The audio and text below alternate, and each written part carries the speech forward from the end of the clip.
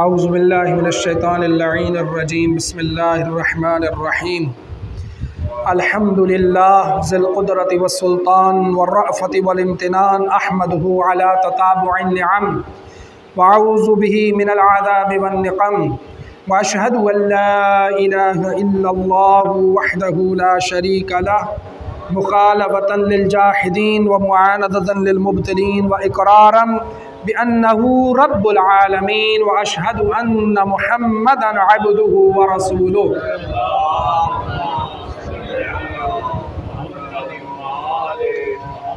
تمام تعریفیں اللہ سبحانہ و تعالیٰ کے لیے کہ جس نے ہمارے اوپر فضل و احسان کیا، کرم کیا، محبت کی اور ہمیں عنایتوں پہ عنایتیں دی ہیں، ہمارے اوپر نعمتوں پہ نعمتوں کی بارش فرمائی، ہمیں وجود دیا، وجود کے بعد ہمیں اعضاء دیے، دل دیا، آنکھیں دیں، سمجھنے کے لیے طاقت دی، عقل و شعور دیا۔ تو یہ سب چیزیں اللہ کی ایسی نعمتیں ہیں جن کا شکر ادا نہیں ہو سکتا۔ کیوں؟ اس لیے کہ جب ہم شکر ادا کریں گے تو وہ زبان بھی اللہ کی عطا کرتا ہے، وہ زبان بھی اللہ کی دی ہوئی ہوگی، پھر شکر پہ شکر۔ لیکن اللہ سبحانہ و تعالیٰ نے یہ کرم کیا، جیسے ہمارے آقا و مولا امام زین العابدین علیہ السلام ارشاد فرماتے ہیں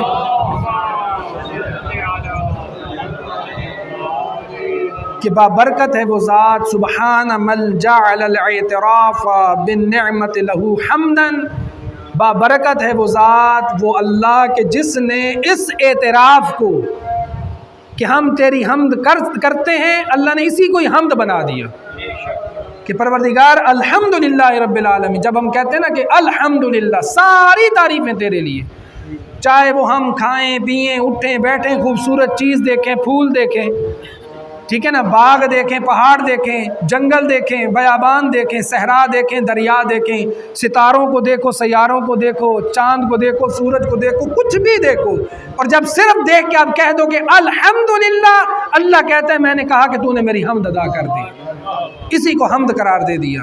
اس لیے ہم کہتے ہیں بار بار الحمدللہ الحمدللہ الحمدللہ، تمام تعریفیں اللہ سبحانہ و تعالیٰ کے لیے۔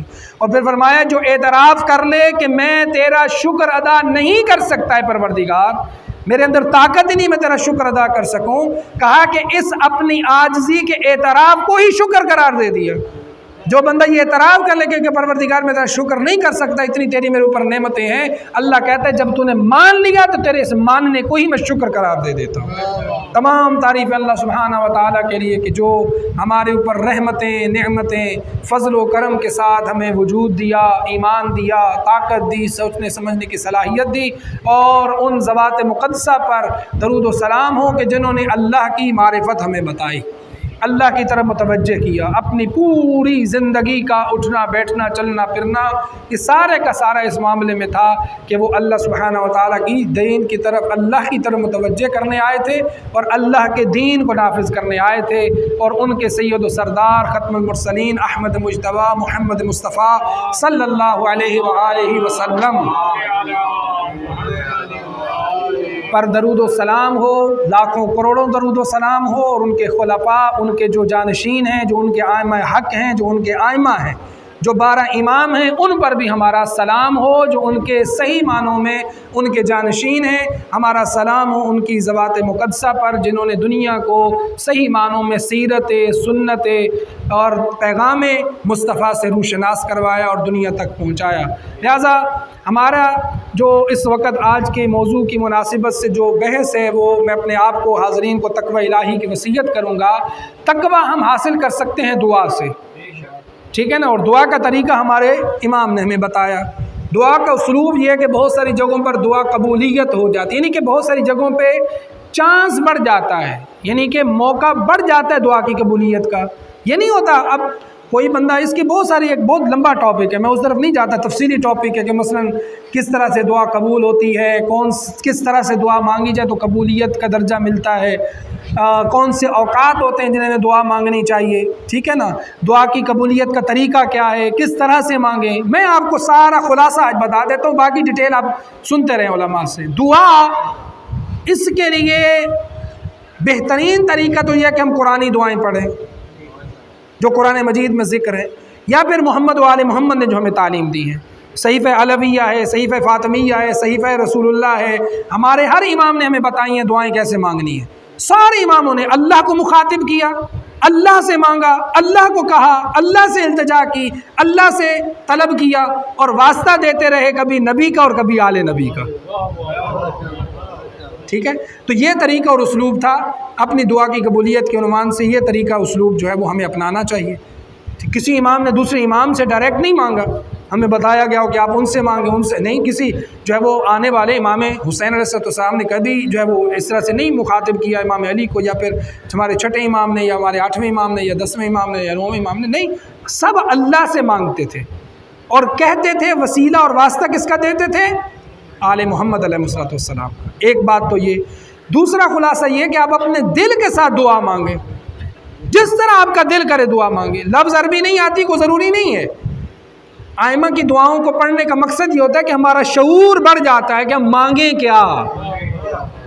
یہ تو آپ کی مرضی ہے نا اپنے رب سے کیا مانگنا ہے، ٹھیک ہے نا۔ مانگنے والا جب اپنی حیثیت کو دیکھ کے مانگتا ہے تو پھر تو بیچارہ کیا مانگے گا، لیکن جب دینے والے کی حیثیت کو دیکھ کے مانگے گا تو پھر تو کیا ہی بات ہے۔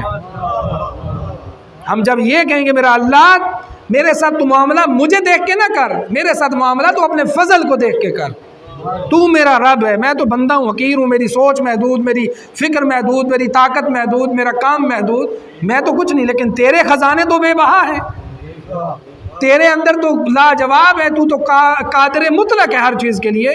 تو اگر یوسف کو ان کے بھائی کو لوٹا سکتا ہے، تو اگر وہ ذات ہے کہ جو آگ کے اندر جناب ابراہیم کو گل و گلزار بنا سکتا ہے، تو وہ ہے کہ جو جناب داؤد کے لیے لوہا نرم کر سکتا ہے، تو پھر تیرے لیے یہ میرے مسائل کون سا اتنی بڑی بات ہے؟ اصل تو ہے کہ ہم اپنے ذہن کو بڑا کریں، اپنی فکر کو بڑا کریں، اپنے اللہ پہ توکل کریں، اعتماد کریں۔ اچھا، یہ ہے دعا کا ایک طریقہ کہ اپنے دل سے مانگو۔ جو دل سے دعا مانگی جاتی ہے اس کے لیے ہر وقت مہیا ہے، ہر وقت ہم مانگیں، جب مانگیں دل سے مانگیں، خلوص کے ساتھ مانگیں، اپنے شعور کے ساتھ مانگیں۔ یہ نہیں ہے کہ اب مثلا ہمارے ہاں دعاؤں کا اہتمام تو ہوتا ہے، مولانا صاحب عربی پڑھ رہے ہیں، پیچھے والے کو پتہ نہیں کیا پڑھی جا رہی، ٹھیک ہے نا۔ اب دعا ہوتی ہے شعور کے ساتھ، دعا ہوتی ہے کہ آپ اپنے شعور کے ساتھ جو مانگ رہے ہیں پتہ ہو میں کیا مانگ رہا ہوں۔ اچھا، میں مانگ رہا ہوں دعا میرے اللہ مجھے رزق دے، میری نوکری دے، مجھے تعلیم علم دے، اور سکول میں جاؤں نا،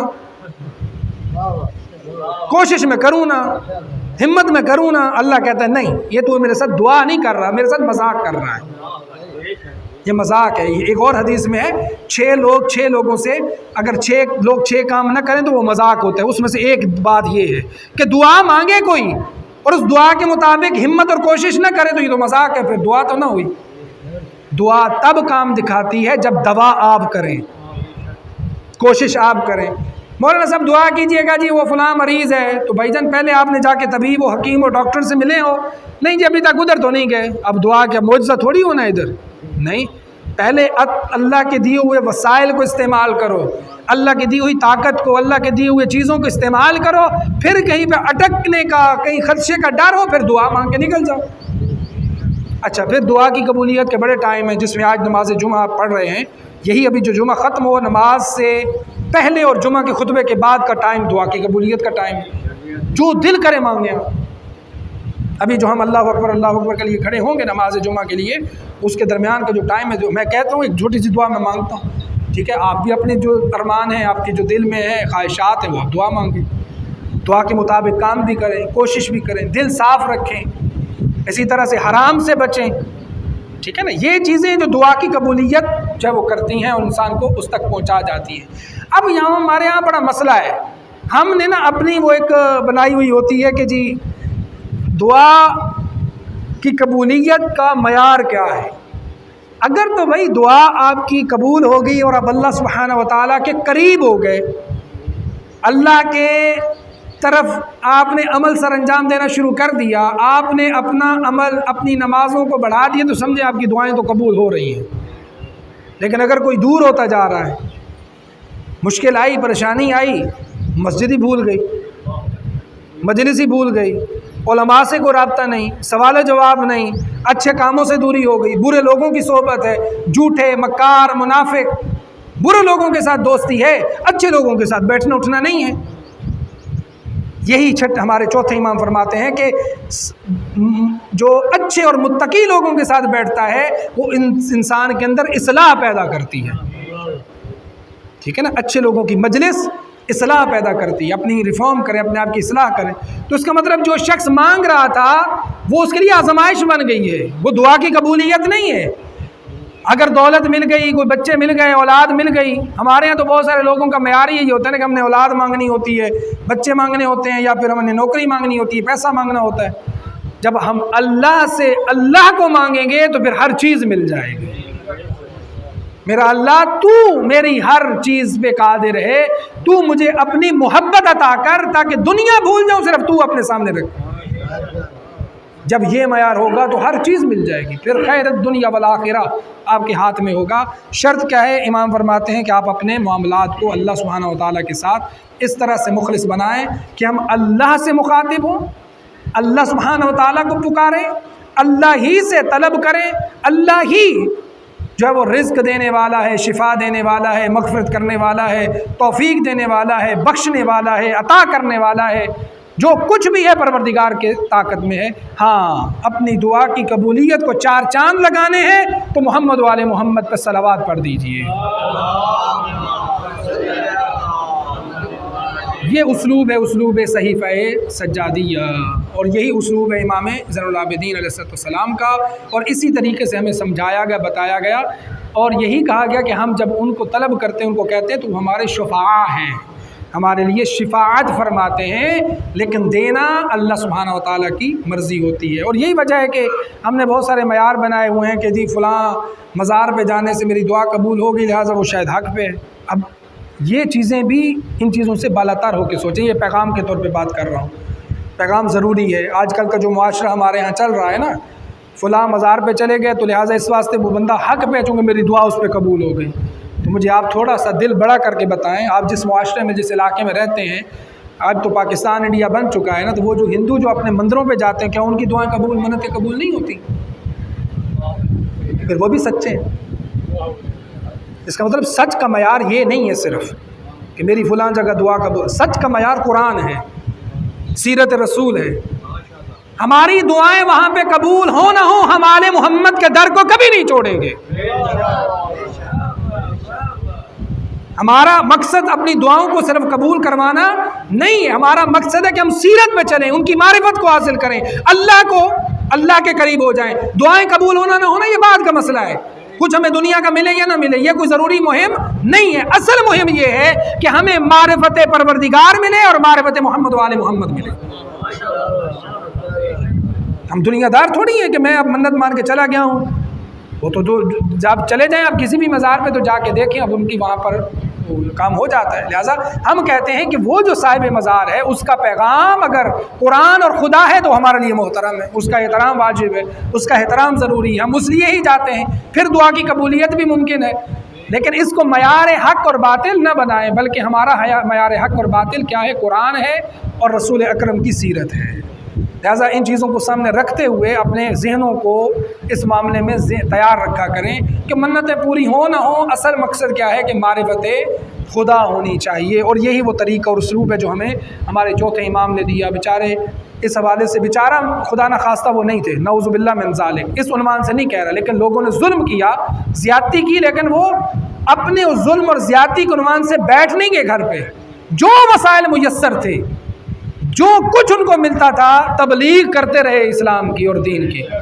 مدینہ میں جب آپ کے بھائیوں کے قاتلوں پہ لوگوں نے جب چڑھائی کی تو آپ ہی کے گھر میں انہوں نے آ کر پناہ لی، اور یہ تھا اخلاق آل نبی کہ جب دیکھا کہ میں آ گیا ہوں تو شاید مجھے پہچانا نہیں، تو چوتھا امام فرماتے ہیں کہ نہیں، میں نے تجھے پہچان لیا، تو کربلا میں تو میرے فلاں بھائی کا یا بھتیجے کا یا ان کا قاتل ہے، میں جانتا ہوں تجھے۔ یہ آل محمد کا طریقہ ہے کہ یہ دنیا کو اس طرح سے اپنی محبت اور اپنی عطا دیتے ہیں کہ یہ نہیں دیکھتے کہ ہمارے ساتھ کیا ہوا، وہ صرف یہ کر کے دکھاتے ہیں کہ ہم نے لوگوں سے کیا کرنا ہے، ہم نے لوگوں کو کیا دینا ہے؟ لہٰذا ہمارے اندر یہ جذبہ ہونا چاہیے کہ لوگوں سے محبت، رواداری، لوگوں کی زیادتیوں کے سر جو ہے وہ آپ اگنور کریں، ان کو کوشش کریں، اصلاح کریں، اصلاح کی طرف لے کر جائیں، اور اپنے جو ہے وہ معاشرے معاملات میں خدا پہ چھوڑ دیں گے تو انشاءاللہ ہماری دعائیں بھی قبول ہوں گی اور امام کے صدقے میں ہمارے معاملات بھی سیدھے ہوں گے۔ اور آج کل جو ایک بہت بڑا مسئلہ یہاں پہ چھیڑا گیا ہے اور اس کو چھیڑنے کی کوشش کی جا رہی ہے، ہم اس حوالے سے متوجہ کرنا چاہتے ہیں کہ آل محمد علیہ السلام کی محبت ہر مسلمان پر واجب ہے۔ ہم بھی صحابہ کرام کا احترام کرتے ہیں، ہم بھی ان کا احترام کرتے ہیں، ٹھیک ہے، لیکن احترام کا مطلب یہ نہیں ہوتا کہ ہم نے ان کے نظریات کو ایکسیپٹ کر لیا۔ احترام اور چیز ہے، کسی کے نظریے کو امام سمجھ کے ایکسیپٹ اور قبول کرنا اور چیز ہے۔ ہم کسی کا احترام کریں اس کا مطلب یہ نہیں کہ وہ ہمارے امام بن گئے۔ امام ہمارا علی ہے اور اولاد علی ہے۔ ہمارا اسلوب یہ ہے کہ ہم گالیاں نہ دیں، ہم توہین نہ کریں، بے احترامی نہ کریں۔ جیسے ہمارے امام ہیں ان کے بھی اپنے خلفاء اور امام ہیں، لہٰذا ہمیں بھی چاہیے کہ ہم اپنی ذمہ داری کا ثبوت دیتے ہوئے خلفاء کا نام لیں، احترام سے لیں، لیکن احترام کا مطلب یہ نہیں ہے کہ ہم نے ان کو اس طرح سے مان لیے جیسے مولا علی کو مانا۔ ہمارا طریق، ہمارا راستہ، ہمارا مولا علی علیہ السلام کا راستہ ہے، ان کی امامت کے ہم قائل ہیں، لیکن یہی اسلوب امامت مولا علی ہے کہ انہوں نے ہمیں حق سمجھانے کے لیے بتایا۔ اگر ذاتی اختلاف ہو بھی صحیح، سیاسی اختلاف ہو بھی صحیح، لیکن اسلام کی مرکزیت کے لیے ہمیں ساتھ دینا پڑا تو ہم ساتھ دیں گے، ہم آپ کے ساتھ ہیں۔ اور یہی سیرت علی ابن ابی طالب ہے، یہی سیرت علی ابن ابی طالب ہے کہ ہم صحابہ کرام کے ساتھ، مسلمانوں کے ساتھ، اپنے بھائیوں کے ساتھ ہمیں رواداری، محبت، بھائی چارہ بڑھا کے رکھنا ہے، ان کو دعوت فکر دینی ہے، ان کے ساتھ اچھے اسلوب سے بات کرنی ہے۔ ہمارے آقا سستانی کہتے ہیں کہ اہل سنت ہماری جان ہے، ہمارا کوئی فرق نہیں ہے ان کے ساتھ۔ یہ نظریاتی اختلاف اتنے بڑا اختلاف نہیں ہے کہ ہم ایک دوسرے کو ذبح کریں، قتل کریں، کافر قرار دے دیں، منافق کہنے لگ جائیں، نہیں۔ عزیزان محترم، ان کی فکر، طرز فکر اگر مختلف ہے، ہماری سر آنکھوں پہ ہماری محبت ان کے لیے ضروری ہے۔ یہ ہمارا پیغام ہے جو ہمیں ملا ہے، اور اس لیے ان چیزوں کو، اس فضا کو برقرار رکھنے کے لیے اس قسم کے بھونڈے طریقے اختیار نہ کیے جائیں کہ جو ناسبی دشمنان اہل بیت کوشش کر رہے ہیں ہمارے یہاں فرقہ واریت پھیلانے کی، اس کو شیعہ سنی مل کر جو ہے وہ اس کی طرف آواز اٹھائیں اور مل کر اتحاد کی فضا کو برقرار رکھیں، اور دنیا کو، دشمن کو یہ پیغام دیں کہ ہمارے اندر کسی قسم کا کوئی اختلاف نہیں ہے، نہ اہل بیت کے نام پر جو شخص فرقہ واریت کرے وہ بھی صحیح نہیں، نہ قابل قبول ہے، اور جو صحابہ کے نام پہ فرقہ واریت کی بات کرے وہ بھی قابل قبول نہیں ہے۔ ہمارا طریقہ اور اسلوب یہی ہے، ہمارے لیے دونوں راستے محترم ہیں۔ بسم اللہ الرحمن الرحیم۔ الا قد امرکم اللہ فی محکم کتابہ بالصلاۃ علی نبیہ وحبیبہ فقال تعلیما لکم وتشریفا للصفیہ ان اللہ وملائکتہ یصلون علی النبی یا ایھا الذین آمنوا صلوا علیہ وسلموا تسلیما۔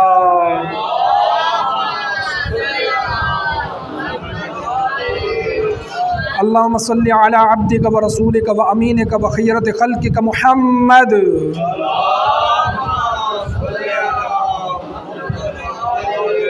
اللہم صلی علی امیر المؤمنین ووصی رسول رب العالمین علی بن ابی طالب۔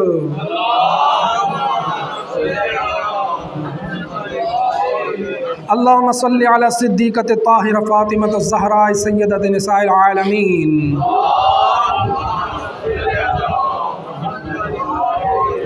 اللہم صلی علی سبطی الرحمہ امامی الہدی الحسن والحسین سید شباب اہل الجنہ۔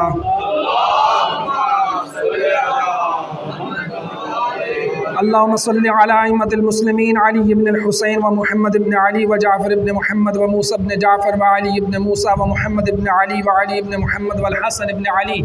اللہم صلی علی ولی امرک القائم المؤمل والعدد المنتظر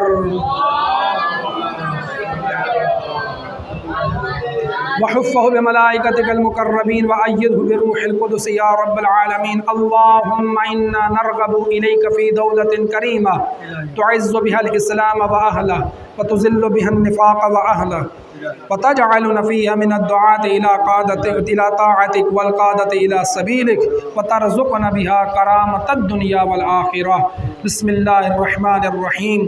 إن الله يأمر بالعدل والإحسان وإيتاء ذي القربى وينهى عن الفحشاء والمنکر والبغی یعظکم لعلکم تذکرون۔ صدق اللہ۔